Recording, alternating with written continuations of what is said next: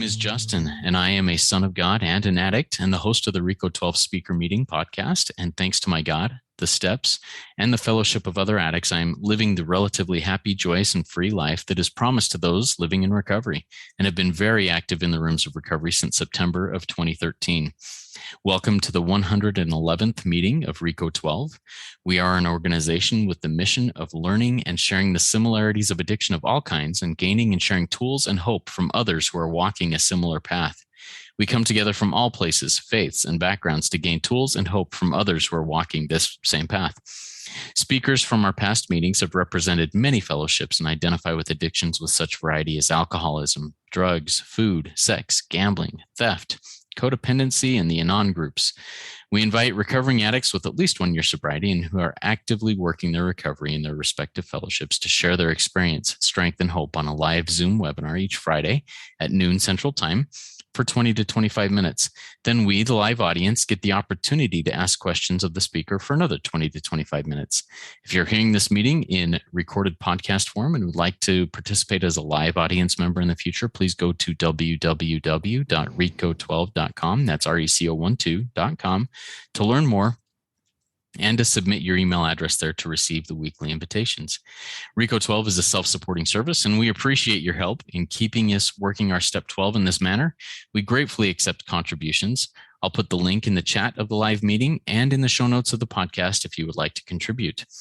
We got a few more 5-star reviews this last week, and I'm going to read one of those. Worth It Daily said, quote, "I am fairly new to recovery. The RICO 12 podcasts have helped me see differently and have encouraged me to continue in recovery. It is so wonderful to hear and learn from those who have gone on before. Some days are tough, and I will turn on an episode for help on those days." Thank you so much, Worth It Daily. Now, if you, like him or her, with Worth It Daily, find value and support in RICO 12, please consider rating and reviewing the podcast in Apple Podcasts. We look forward each week to receiving from the light reflected from our speakers from their higher power. That light inspires hope, meaning, worth, and growth in us, the listening audience. Now, let's introduce our guest speaker for today. It's Thomas. Thomas, and his chosen topic is addiction recovery, and mental health. And here's a little bit about him and his topic. All right. Life changes brought on by addiction recovery are very difficult. Experiencing addiction coupled with intense recovery efforts create perfect conditions for mental illness. Thomas shares his addiction recovery story, highlighting the propensities for mental illness. Thomas identifies 5 situations in his recovery affected by mental illness and shares his experience on how to manage mental illness during recovery. Take it away, Thomas. The floor is yours. Justin, thank you. I'm so grateful to be here once again on the RICO 12 podcast. I've benefited so much from this content, and I gratefully share these episodes often. Lately, I've especially enjoyed the whole series on the 12 steps, 1 meeting per step, meeting 71 with Father Bill W., meeting 93 from Harvey E. Again, so much good content. Thank you. Well, friends, the topic I'm grateful to share today is addiction, recovery, and mental health. The entire point of my share can be summed up as follows. Be aware. Be aware of your mental health while in recovery.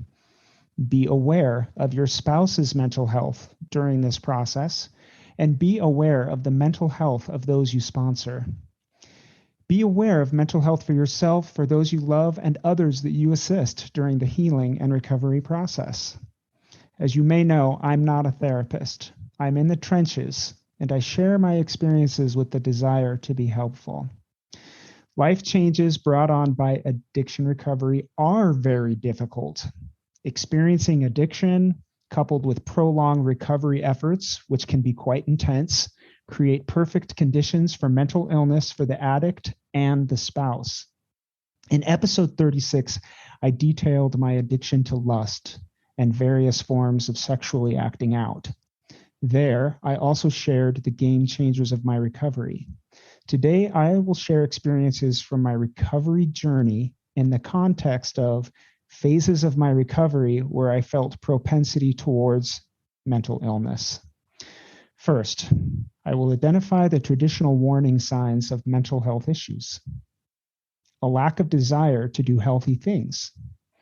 a lack of desire to do things one usually enjoys, feeling sad or down much of the time, excessive fears or worries, extreme feelings of guilt or shame, withdrawal from family or friends, low energy, significant tiredness or sleeping problems, major changes in eating habits, excessive anger, hostility, or feelings or actions of violence, and suicidal thinking.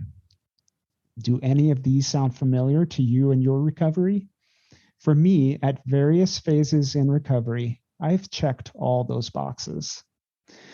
Additionally, sometimes mental illness is coupled with physical illness, such as stomach pains, back pains, headaches, or other physical aches and pains that take longer than usual to heal, or just don't seem to heal at all. Here are the 5 phases of recovery where mental health dangers pose the greatest risks. Phase 1, the impetus to recovery, or when recovery begins. Phase 2, early recovery, which I define as 2 to 6 months into recovery. Mid-recovery, which is approximately 2 years into recovery. Phase 4, solid recovery, approximately 4 to 5 years into recovery. And phase 5, ongoing life-related mental health dangers. Mental health risks can exist during the entire addiction and recovery process, but these 5 phases I observe hold the highest propensity for mental illness and for specific reasons. I will explain these phases using my own experiences, and I'll explain why they tend to rock the boat.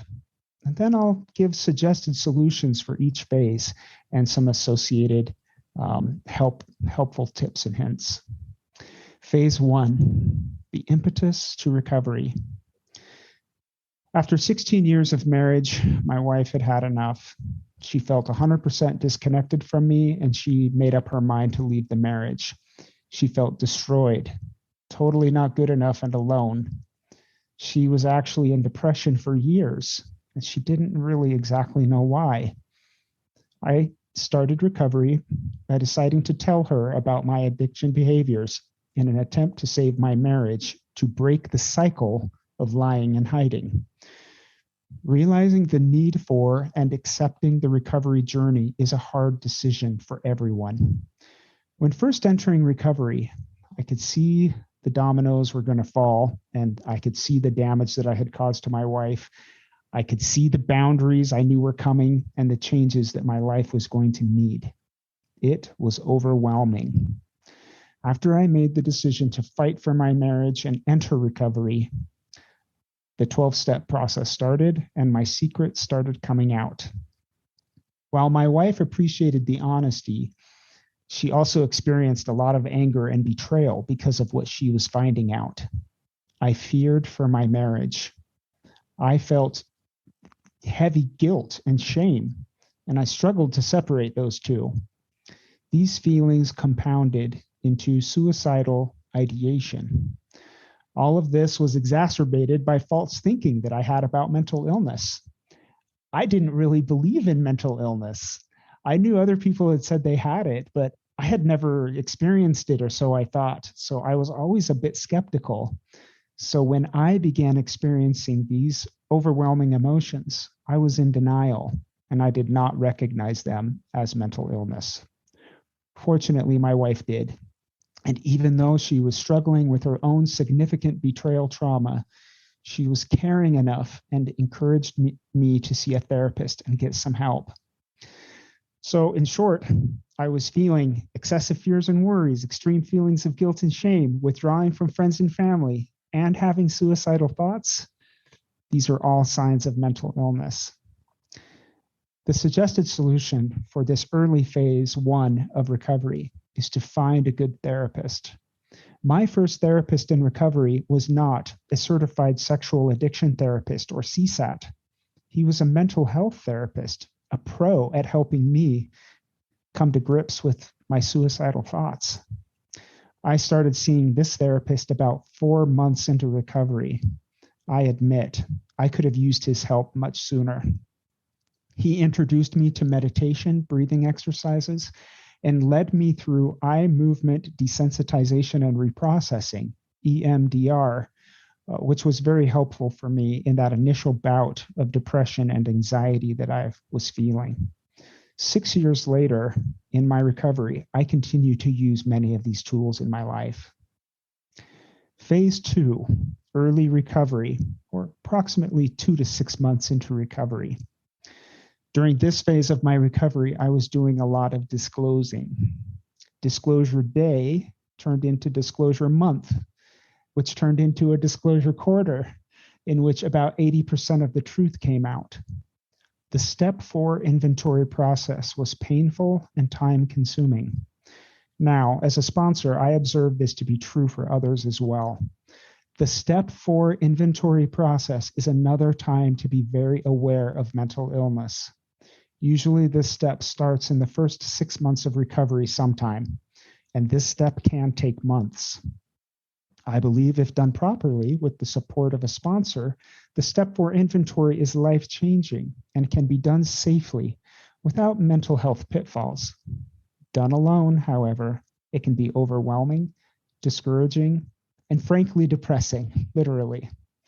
So the suggested solution for this early phase of recovery is to find a sponsor as soon as you can. A sponsor can provide needed encouragement and direction to complete a step 4 inventory in a way that won't sink the boat. Also, if possible, share feelings with your spouse as you go. I found this very helpful, not using my wife as a dumping ground, but connecting with her emotionally was helpful for her to understand what I was going through and provide support. And we provided support for each other. I think it's important to explain feelings as you do the step 4 inventory. If you have a spouse, that would be appropriate if it's possible. If you are single, share your journey with trusted friends. It helps to process these feelings and emotions with others. Phase 3, mid-recovery, approximately 2 years into recovery. The first 2 years of my recovery life was full of change. We moved twice to find a fresh start. And moving in and of itself can be damaging to one's mental and physical health. Additionally, I quit my job, I endured months of unemployment, and I started a new career, all the while staying heavily involved in 12 steps. Many other significant life changes were all part of this middle phase of recovery, such as making amends and meeting with people face to face, writing more restitution letters, a polygraph test, setting boundaries for myself based on experiences I was having, and putting certain activities that were in my life on the altar for good. During this time period, I began to feel and recognize feelings of resentment creeping into my life.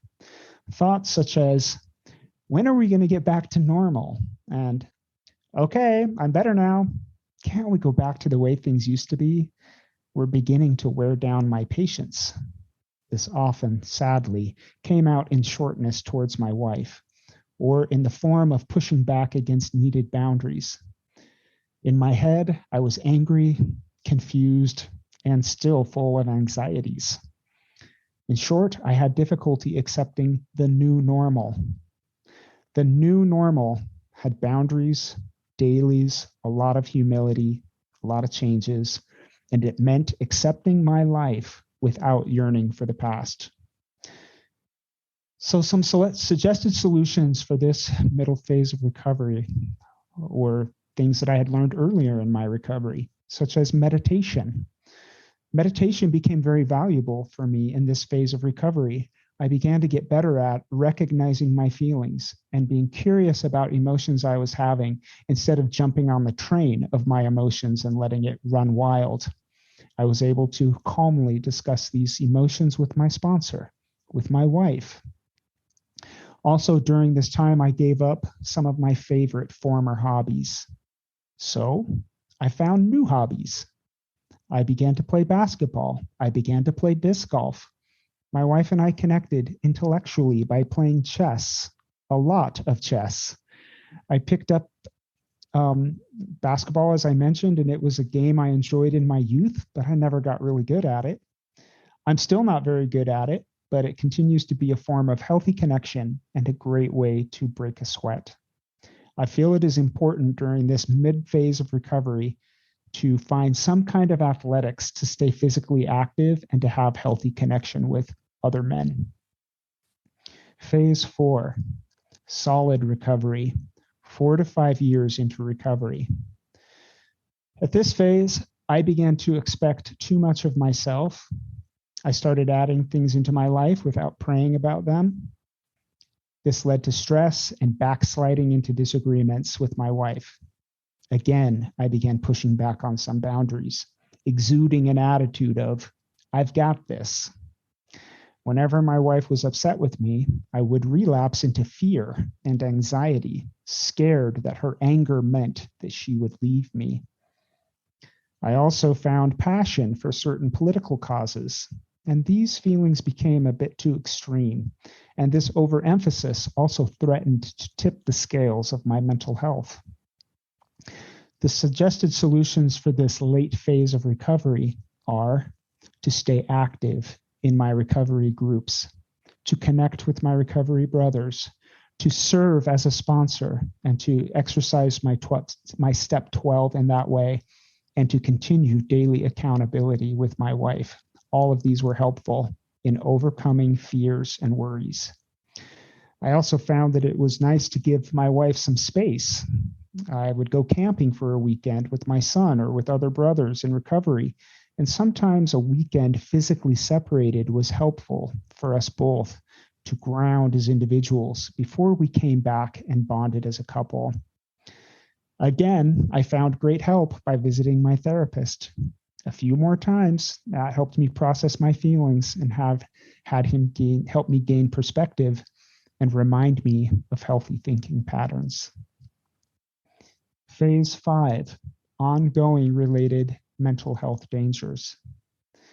As we all know, life does not stop just because we enter recovery. Life marches on with its physical illnesses, financial setbacks, family relationship issues, work stress, and on and on and on. As important and all-consuming as recovery can be, it is crucial to make space for recovery efforts on an ongoing basis so as to not relapse and to not become overwhelmed with life. Several times I have been gently reminded by life to slow down, take a step back, refrain from getting involved in too many things, and really prioritize my life in order to keep my focus on my recovery, my wife, and my family. Sometimes when I was supporting or sponsoring someone, I didn't see the warning signs of mental health issues. I didn't fully grasp the significant mental health challenges that some brothers were facing. I have been too hard on some men because I didn't understand the range of complexities of mental illness. Now I do. I have changed. This has made me a much more compassionate person, and I am no longer in denial about the seriousness of mental illnesses. Last year, I had a shoulder injury that would just not heal, probably came from playing disc golf. I tried physical therapy. I tried drinking more water. I tried getting sleep. It just would not heal. At the same time, work stress was increasing. I was working more and more hours with no additional compensation. And on top of that, because of some financial setbacks I was experiencing, I perceived myself as a failure. So that's a real situation that I found myself in late last year and early this year. What helped me? One thing that greatly helped me was to visit my doctor. Another thing that helped me was to find healthy ways to escape. And again, the third thing that helped me was to go back and visit my therapist. I'm going to share a little bit more about each of those three things. I made a schedule to go visit my doctor. He asked me some questions. I answered them honestly. This was very helpful. If you see your dentist for a cleaning of your teeth every 6 months, I recommend you see your doctor at least once a year. Also, be open-minded to his suggestions, including medications that may help with anxiety or depression. Medications have helped millions of people feel better, including myself. They can help. Another suggested solution that I mentioned, for those of you who know me, you know I'm a big fan of getting rid of television, movies, and unhealthy media. And while I've done this for years, avoiding media wasn't a preventative for me falling into situational depression. During that difficult time last year and early this year, I allowed myself to read some escape literature. Before, I had a boundary that I didn't read fiction. But after talking with my wife, and I agreed to do that. I read the Redwall series by Brian Jacques.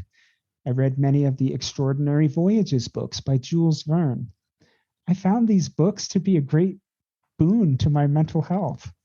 They were safe and they were exciting. I admit I could be doing more productive things with my time, but I found that my soul needed some downtime.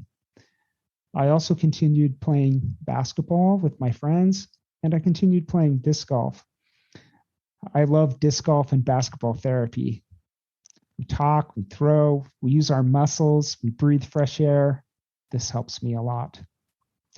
Lastly, and I think this is a suggestion that's been in 3 of these areas, is again, I went back to visit my therapist.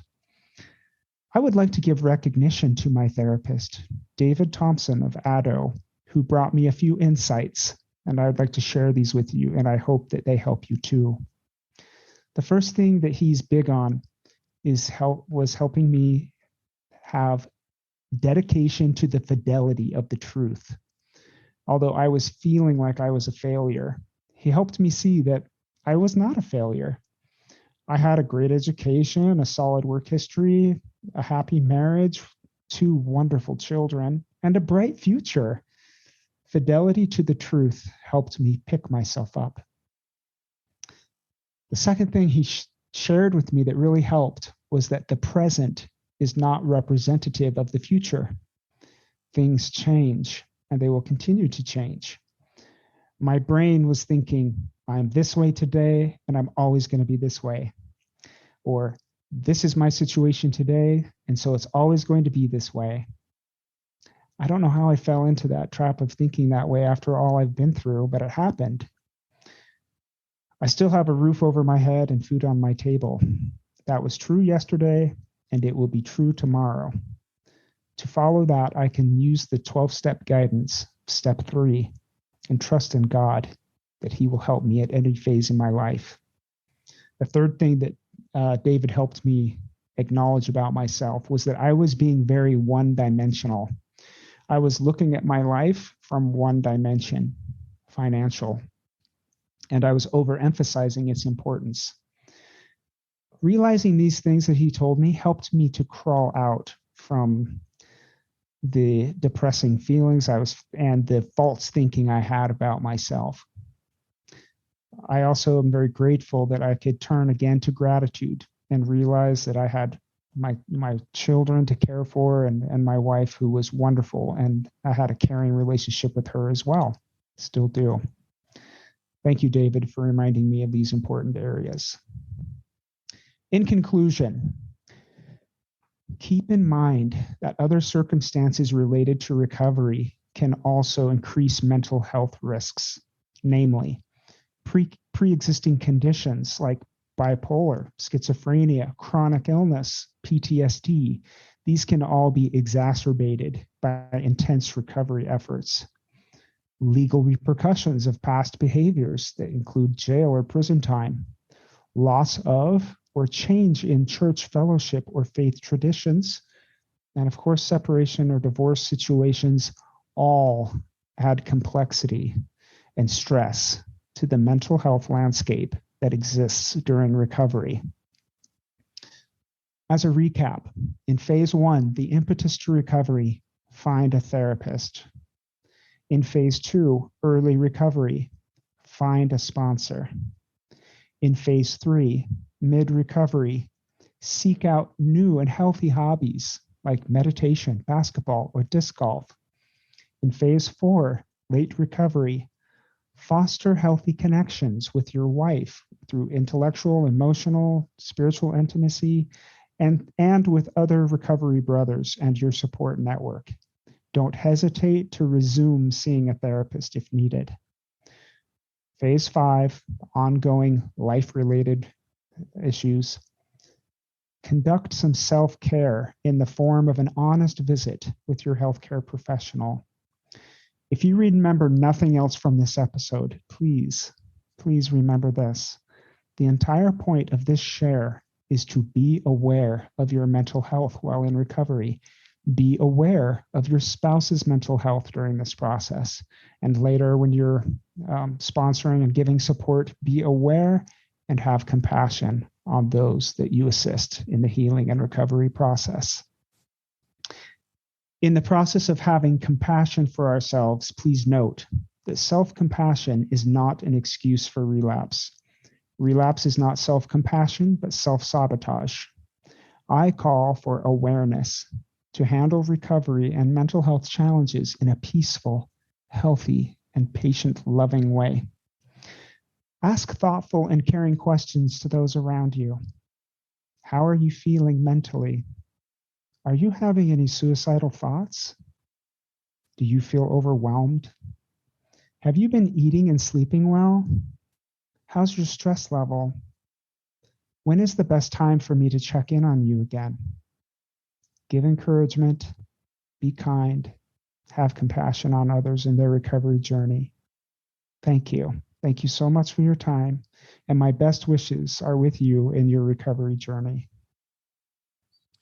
Oh, thank you so much, Thomas. I really appreciate the prescriptive manner that you present these things. It's beautiful. I love the framework and everything. It makes it so it's easy to go back on, take notes, and really reflect on. I appreciate the way you do this and the seriousness you approach this opportunity to share your experience, strength, and hope. Before we get to questions, which to our live audience, if you have questions for Thomas, please type them in the Q&A link at the bottom of your Zoom window. Looks like two speech bubbles over the top of each other. We'll get to those and ask those and get those answered as we move along here in the next 30 minutes or so. But before we get to that, Thomas, can you share with us just a little bit about your fellowship that you work in primarily and how that helps you in your recovery journey? Absolutely. I started attending the addiction recovery program by the Church of Jesus Christ of Latter-day Saints about 6 years ago. I have made other forays in attending SA Lifeline and also SA in the last 6 years. I like to keep my recovery fresh, and so I like to mix things up. Lately, I have gone back to the beginning, and I am participating in an addiction recovery program meeting offered by the church here in my area as a participant. Awesome. And real quick, what kind of experience are you having giving back in a more local kind of, I guess, not isolated, but local concentrated type situation that you may not get in a more global type situation? Does that make sense? I think so. Yeah. I just love connecting with people one by one. And so this allows me an opportunity to see new people who come into these rooms, these recovery meetings, almost every week. And I love rubbing shoulders with people who are at the various phases of recovery. It reminds me of where I've been. And it gives me a lot of fulfillment and satisfaction in my life to support and to receive support from them. Excellent. Thank you so much, Thomas. All right, we're going to get right into a heavy question from our live audience and from an anonymous attendee. The question is, what actions would you take first if you were having suicidal thoughts? I would open up to someone. I did feel those suicidal thoughts, as I mentioned early on, and I did tell my wife. And from there, she was able to help me to see somebody who could help me process that a little better. Don't keep it in. Don't keep it a secret. as the 12 steps say, we are only as sick as our secrets, and that applies to recovery as well as to mental health issues. Yeah. One thing that I find pretty common when talking with people in recovery is often and I'll just use me here. Often I feel like if I'm reaching out to somebody, I'm becoming a burden on them by sharing the heavy things going on in my life that, I'm really having these suicidal thoughts here. I feel like I'm being a burden on them by doing that. But when people reach out to me, I never ever go, what a burden. But in my own mind, it's something harder to say, no, I am a burden on others. What is your take on that and experience with that type of mindset? Very similar. I feel the same way. When people have reached out to me with their feelings of being overwhelmed or having suicidal thoughts, or I feel honored. I never feel burdened when people come to me and share that. I'm like, wow, this person trusted me to come to me. And then I always feel an empathy and want to help as much as I can. But you're right. I have felt that too, that I don't want to tell anybody because everybody else is so busy, and I'm a nobody in essence. So I don't want to burden them. I've felt very similar. Thank you for sharing that. I want to go to one of the last things you shared, Thomas, is relapse is not self-compassion, but it's self-sabotage. For someone who is in the pains of withdrawal or pains of life and just seeking an escape, that can really feel like, what, if I just get a drink, if I just act out here, it will relieve everything, and it will have this, well, if self-compassion isn't the word that's used, it'll be a relief that's used. How would you approach that for yourself if you're in those pains of, I really need some sort of relief right now, and acting out in whatever way would relieve that, but it's going to self-sabotage in the long run? How do you approach that? Yeah, great question. So for me, in my pre-recovery life, I absolutely coped with lust hits and pornography and sexually acting out, and it does provide relief, but it's very short and it's fleeting. And I've trained my brain now to see those activities as not as pleasurable, but as painful, because they truly are in the long term more painful. And so now when I am faced with depression or feelings of sadness or overwhelmed or anger, my brain just does not go there, because that's not adding, to me, it's not adding pleasure anymore to my life. My brain now says those things will only add pain to my life. So that's my mental approach to those situations. So you've been able to take a longer term look at things rather than just in the moment at that time. Is that what you're saying? Kind of being able to see, hey, this is going to cause pain in the end. Yes. Yeah, it's not relief. I love this self-sabotage. It is not self-compassion. That will go up on my wall of quotes. So, all right, we have another question that just came in from our live audience. This is from Zach. Zach says, what would you say, or what advice would you offer to someone who is in recovery and working the 12 steps and who has gained some sobriety and then relapses? Thank you for your question, Zach. This is a really excellent question, and relapse can be very discouraging. So I would encourage, again, this is a great reason to have a sponsor, because a good sponsor will help you to pick yourself back up, will help you see that you're a good man, that you have a lot of potential, and that this isn't the end of your story. A relapse is just a learning opportunity. So finding a sponsor, getting back on the boat as soon as can, using the relapse as an opportunity to learn what went wrong and how things can go different in the future. Yeah, thank you. I had something, but it's gone. So thank you for that answer. And yes, I agree. Oh, here we are. So in your phases, in many of those phases, and this relates to that question and the answer, I think some of the things that you discussed were some of the self-assuredness or confidence that the self confidence that comes in that makes me go, you know what, I'm okay. I can I got this. New normal stuff. Hey, I can go back and watch that type of show again. I can go and, to use a big book analogy, mix some whiskey in my milk. It's not going to hurt me. I'm good. I've got this figured out. I've got this.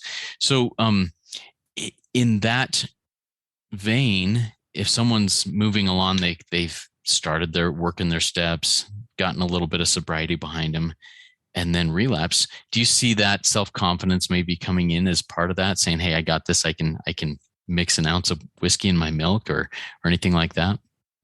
Everybody's situation is so different. For one, it could be exactly that. For another, it could just be that they never set up boundaries, proper boundaries in the first place. For a third, maybe they're just haven't hit their rock bottom yet. It's hard to give a blanket answer to that, but relapses are an opportunity for learning and to evaluate what went wrong. All right, thank you. And you brought up boundaries. One of the questions that I wrote down here goes back to when you were talking about speaking with someone else, your spouse, sponsor, someone else that has your best interest in mind.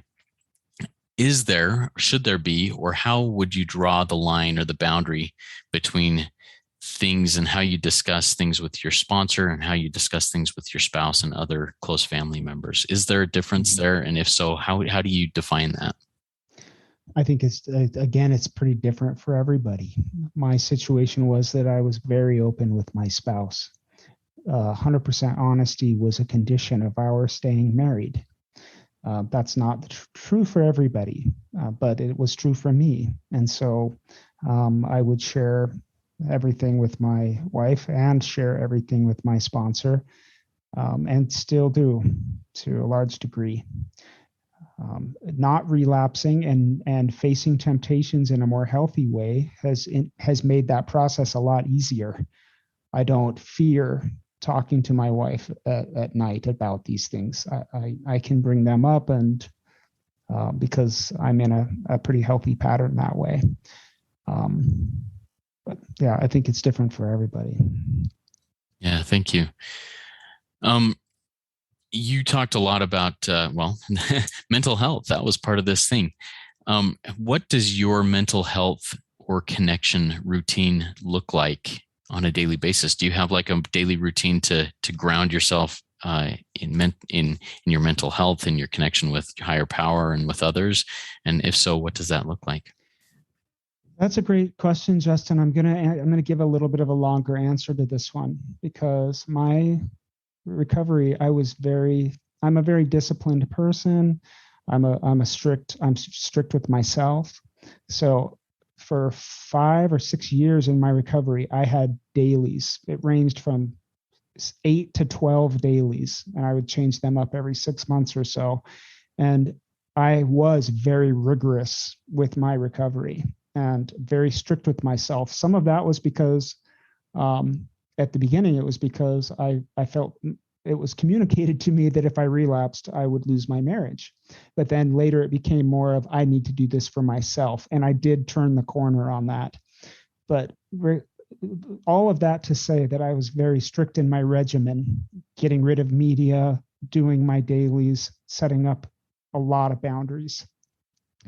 And I feel like where I'm at now, after some of the situational depression that I've gone through in the last 6 to 10 months, has made me be a little bit more self-compassionate on myself. Again, not with regards to relapsing, but I'm not keeping an Excel spreadsheet to track all of my 12 dailies every day anymore.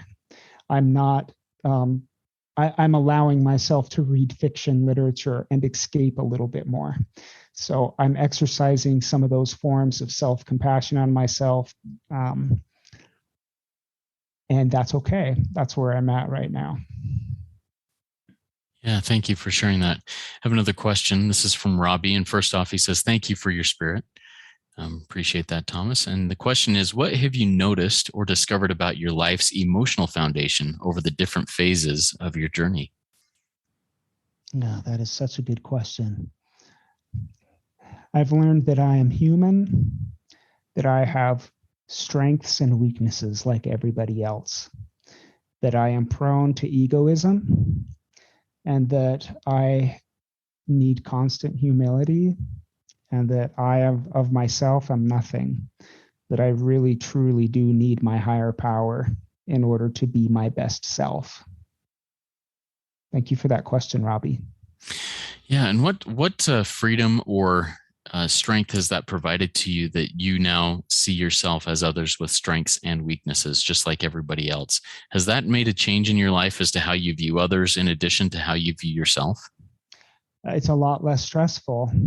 When I saw myself constantly in competition with everyone around me, I was always on guard, or I was always a little high strung, or um, yeah, there's a lot of negative emotions that can be associated with that. But realizing that I am not uh, steering the boat alone is very comforting.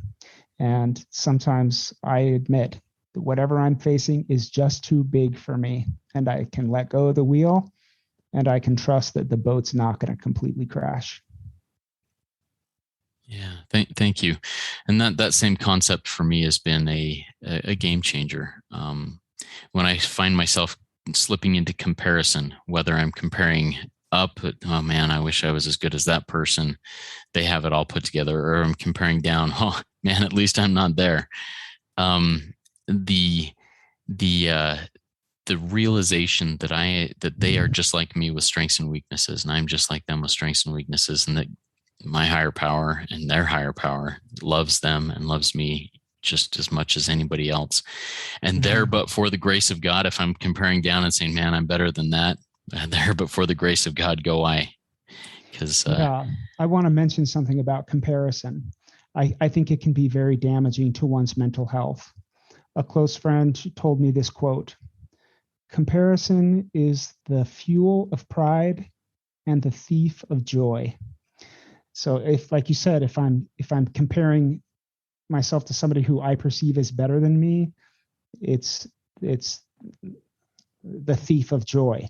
If I'm comparing myself to someone who I perceive as lower than me, it's the fuel of pride. And those are both unhealthy thinking patterns that can lead to myself feeling prideful or feeling less than.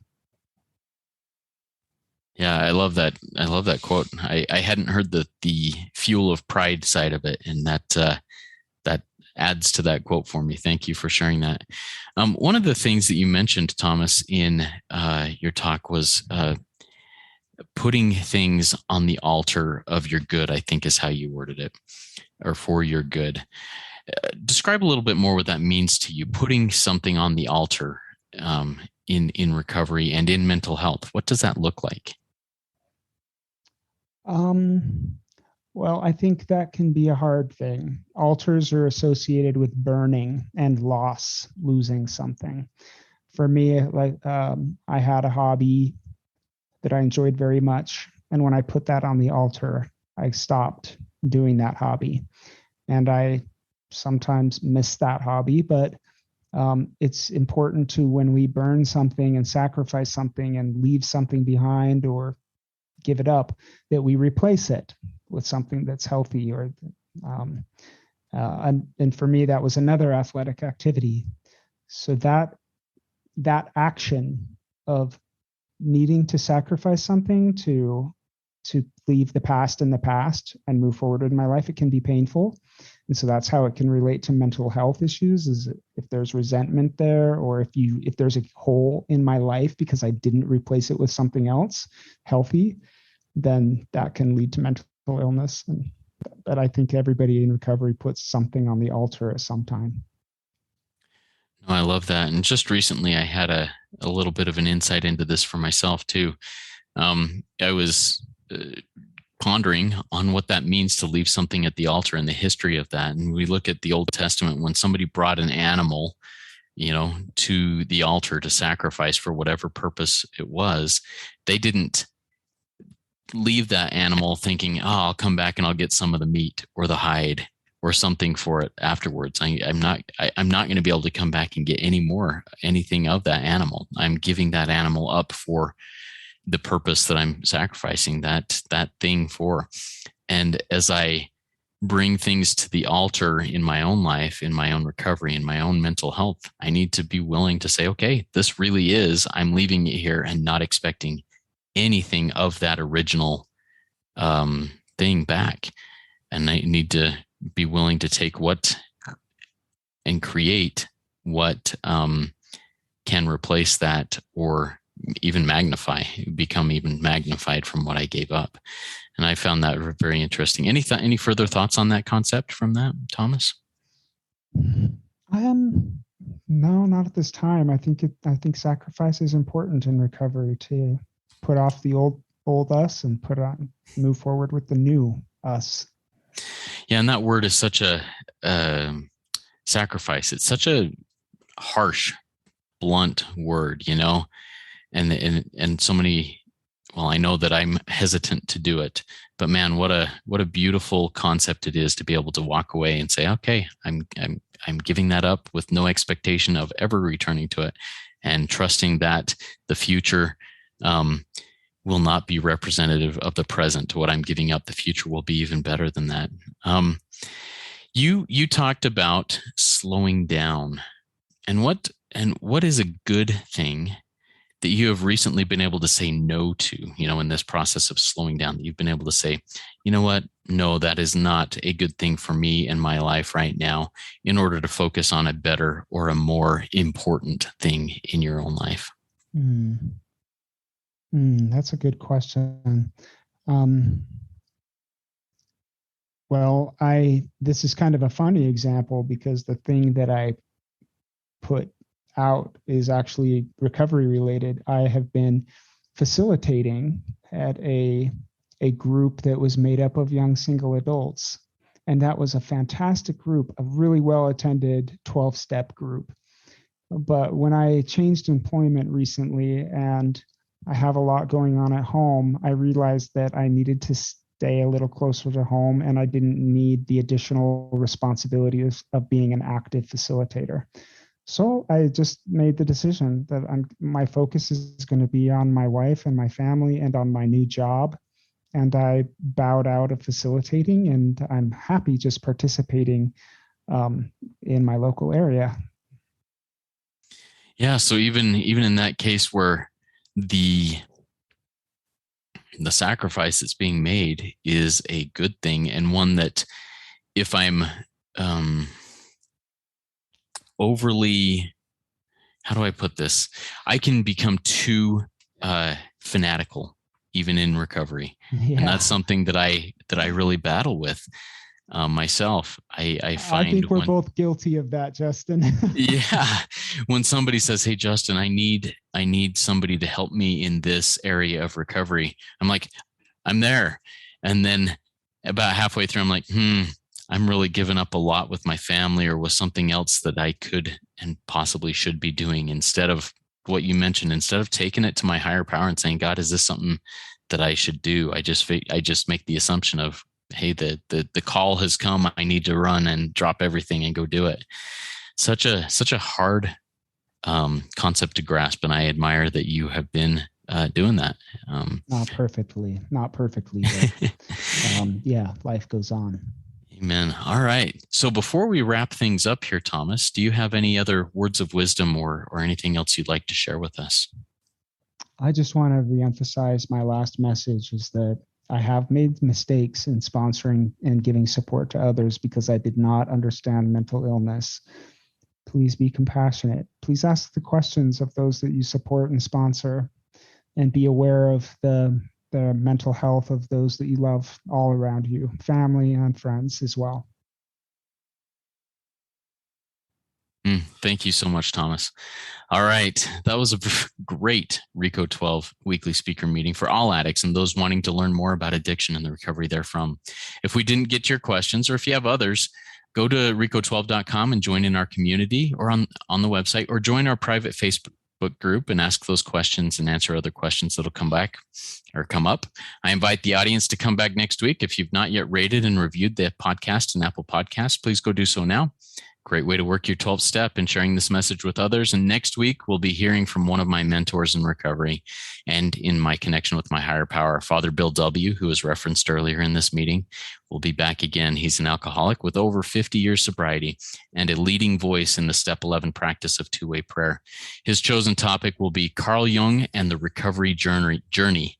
And I'm looking forward to hearing from him. He's got some great stuff. And he's going to share his experience, strength, and hope next week. Now, let's launch off into the rest of our day with the second step prayer that Thomas will lead us in. Have at it, Thomas. The second step prayer. Heavenly Father, I know in my heart that only you can restore me to sanity. I humbly ask that you remove all twisted thought and addictive behavior from me this day. Heal my spirit and restore in me a clear mind. This I pray. Amen. Amen. Thanks, Thomas. Everybody, come trudge this happy road with us. Work it. You are worth it.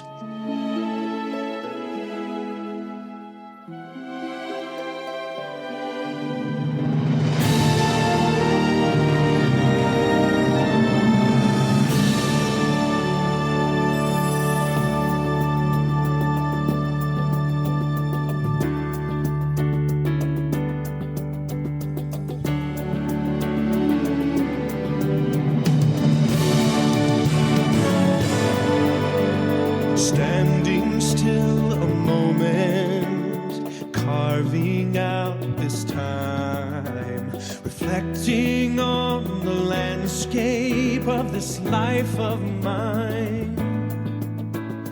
Peaks too high to conquer, streams too wide to cross, troughs too deep to walk through without incurring loss. Yet here I am, still standing tall, despite the rough terrain. One like me survived the storms and walked through wind and rain. Still standing, I will fight the good fight, still searching for glimmers of light, feet still on the ground. I can still be found, standing still.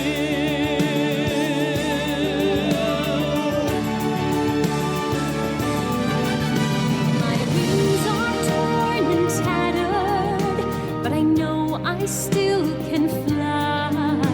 I may not soar unfettered, I may not rise too high. Recorded in the book of life and bind it with the seal